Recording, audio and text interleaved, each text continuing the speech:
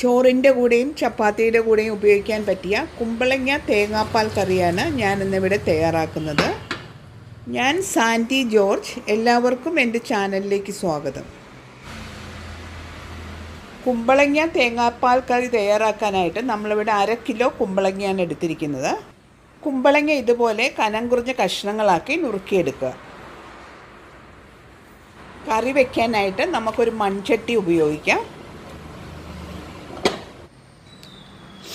കുമ്പളങ്ങയിലേക്ക് ഇഞ്ചി ചതച്ചത് 1 table spoon, കാന്താരി മുളക് ചതച്ചത് 2 ടേബിൾ സ്പൂൺ, പച്ചമുളക് വേണമെങ്കിൽ നിങ്ങൾക്ക് പച്ചമുളക് ഉപയോഗിക്കാം കേട്ടോ. എൻ്റെ അടുത്ത് പച്ചമുളക് ഉണ്ടായിരുന്നില്ല, അതുകൊണ്ടാണ് ഞാൻ കാന്താരി മുളക് ഉപയോഗിക്കുന്നത്.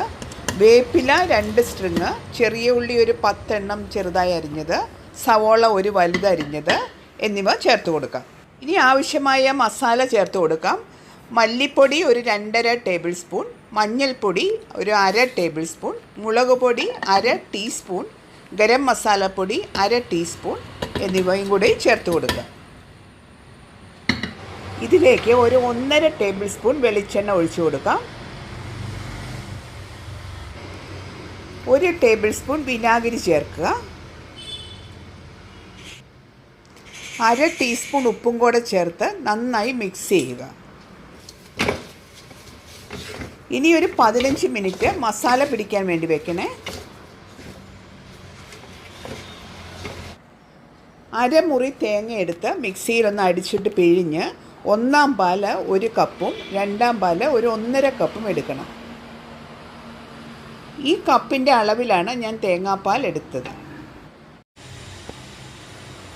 ഇനി 2-ാം പാൽ കുമ്പളങ്ങയിലേക്ക് ഒഴിച്ച് ഒരു മീഡിയം ഫ്ലെയിമിൽ കുമ്പളങ്ങ വേവിച്ചെടുക്കാം.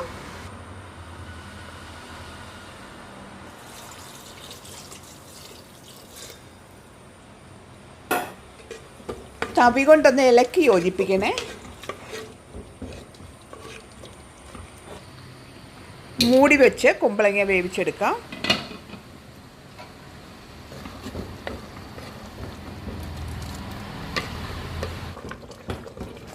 ഇപ്പോൾ കുമ്പളങ്ങ കഷ്ണങ്ങൾ ആവശ്യത്തിന് വെന്തിട്ടുണ്ട്. ഇനി കറിയിലേക്ക് 1-ാം പാൽ ഒഴിച്ചു കൊടുക്കാം.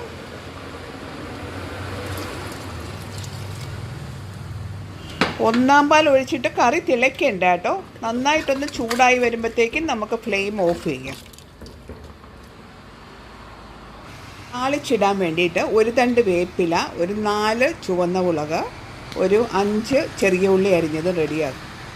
താളിച്ചിടാൻ വേണ്ടി ഒരു പാൻ അടുപ്പത്ത് വെച്ച് 1 ടേബിൾ സ്പൂൺ വെളിച്ചെണ്ണ ഒഴിച്ചു കൊടുക്കാം. 1/2 ടീസ്പൂൺ കടുക് ചേർത്ത് പൊട്ടിക്കാം. കടുക് പൊട്ടിക്കുമ്പോൾ മൂടി വെച്ച് പൊട്ടിക്കണേ, അല്ലെങ്കിൽ കൗണ്ടർ ടോപ്പ് മുഴുവൻ വൃത്തികേടാകും. 5 ചെറിയ ഉള്ളി ചെറുതായി അരിഞ്ഞത് ചേർത്ത് കൊടുക്കാം.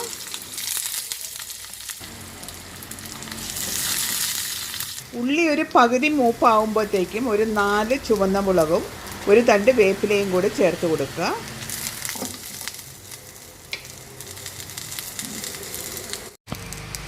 മീഡിയം ഫ്ലെയിമിൽ എല്ലാം കൂടി ഇളക്കി യോജിപ്പിച്ച് ഒരു ലൈറ്റ് ഗോൾഡൻ കളർ ആകുന്നത് വരെ മൂപ്പിച്ചെടുക്കുക. ഇനി നമുക്ക് ഈ താളിച്ചത് കറിയിലേക്ക് ഒഴിച്ചു കൊടുക്കാം. സിമ്പിളായി ഉണ്ടാക്കാൻ പറ്റിയ ഈ കുമ്പളങ്ങ കറിയുടെ റെസിപ്പി ഇഷ്ടപ്പെട്ടെങ്കിൽ എല്ലാവരും എൻ്റെ ചാനലൊന്ന് സബ്സ്ക്രൈബ് ചെയ്യണേ. താങ്ക്